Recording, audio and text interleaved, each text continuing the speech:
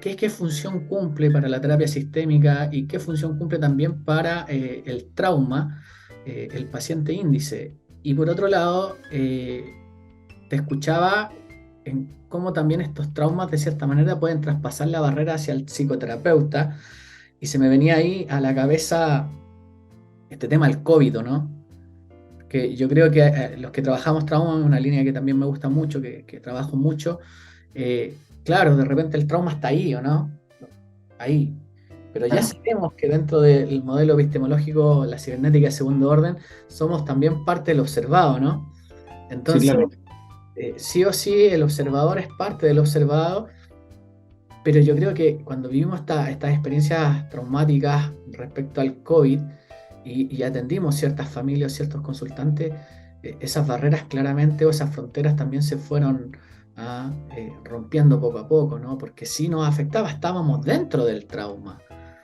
Nos Ajá. podía ocurrir a nosotros, de hecho podríamos haber tenido seres queridos que podían haber estado fallecidos, etcétera. Entonces quiero que si nos puedes comentar estos dos temas respecto a esta epistemología un poquito más de la cibernética de segundo orden, de cómo también el terapeuta se hace parte gracias a estos modelos sistémicos, a este paradigma o a esta epistemología, como dentro del sistema consultante y adicionalmente cuál es la función que podría tener muy resumidamente el paciente índice frente al trauma y estas familias. Claro.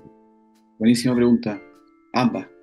Bueno, la visión de, un poco resumiendo en muy pocas palabras, lo que hace la terapia sistémica en su minuto con el surgimiento es poder tener un planteamiento de que el psiquismo no está dentro de la mente, digamos, como la concepción clásica de la mente, que está asociado fundamentalmente, que está dentro de una persona, sino que está en las relaciones fundamentalmente. O sea, la mirada de la metáfora de la mente relacional es muy potente, ¿no es cierto?, que la planteó Bateson en su minuto, un antropólogo asociado a la sistémica, más famoso en la sistémica que como el antropólogo, que tiene que ver fundamentalmente con una mente relacional. Entonces, cuando nosotros pensamos en el surgimiento de la sistémica, cuando pensamos en un portador de un síntoma, siempre en la familia hay un, digamos, un portador de síntoma, el que es como el paciente identificado, designado, como se le llame, ¿no es cierto?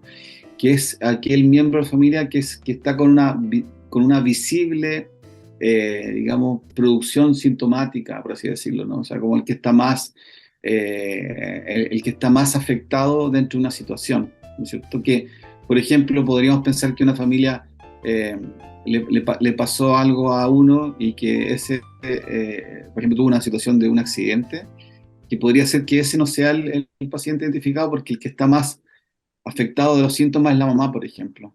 Entonces, siempre hay una idea de que hay una situación de que el más visible de los síntomas, pero también quien más está afectado, la familia. Entonces, el portador de los síntomas, desde la terapia sistémica, lo que representa es como un portavoz que Portavoz. refleja, claro, un portavoz que refleja el sufrimiento familiar. En este caso que tú mencionabas de esta muchacha, de esta familia, claramente ellos vienen por un motivo de consulta o su queja mayormente era el tema conductual respecto a los permisos Claro, que se estaba, entre comillas, revelando, ¿no? Pero en el sí, fondo eso fue el portavoz de un problema o de múltiples problemas que interactuaban entre sí constantemente a través del tiempo a nivel de la dinámica familiar, ¿o no? Y se claro. abre la puerta del trauma en esta agresión sexual y estos patrones interaccionales que estaban conservando, ¿no? Entonces, al final, esta muchacha pasa a ser esa portavoz por lo que tú estás mencionando, que tú estás diciendo, ¿no? Es como la fiebre, ¿o no? Es como la fiebre que te Sí, dice, oye, aquí algo está pasando, atención acá. sí, pues la portavoz que era esta chica que de alguna manera obliga, entre comillas, obliga a la familia a plantear nuevamente algo muy complejo y a actualizar o reactualizar un momento de dolor para la familia, que en el fondo mis planteamientos terapéuticos siempre van a estar asociados por ahí, en el sentido de que hay aspectos de reparación emocional que son súper importantes en la terapia y en ese sentido yo creo en eso cuando uno reactualiza momentos de dolor, en el sentido de que tengo miedo que salgas, porque tengo miedo que te pase algo. Mm. Porque en su minuto, cuando te pasó, sentí mucho dolor y me paralicé. Entonces hay procesos que son procesos de recuperación, procesos donde el tema del reconocimiento del dolor, el reconocimiento del otro, las situaciones de cómo la familia se ve de una forma compasiva, por así decirlo, ¿no es cierto? Que, donde aceptan ese dolor, donde de alguna forma la chica empieza a escuchar a estos papás que le empiezan a relatar, claro, ella no se acordaba, pero lo que significó para ellos como papá, cuando a ella le pasa esto, ¿no es cierto? Que Escucho, es muy potente.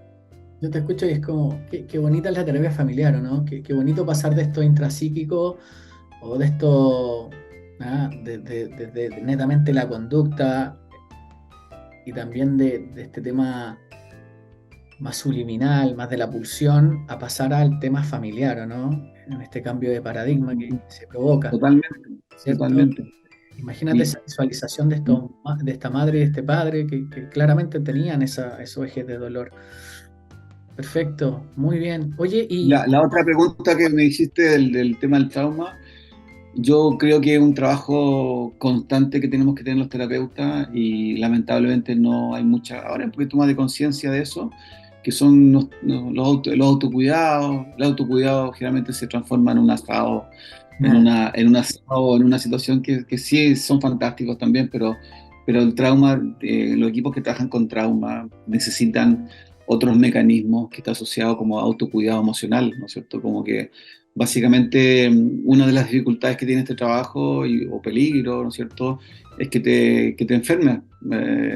Cuando trabajas de forma como full, cuando tienes muchos pacientes o equipos que trabajan con mucha situación traumática, ¿no es cierto?, requieren poder tener espacios de procesamiento donde básicamente se activen estrategias de autocuidado y donde el equipo se transforme en un equipo cuidador, perfecto. principalmente, para tomar Súper, decisiones.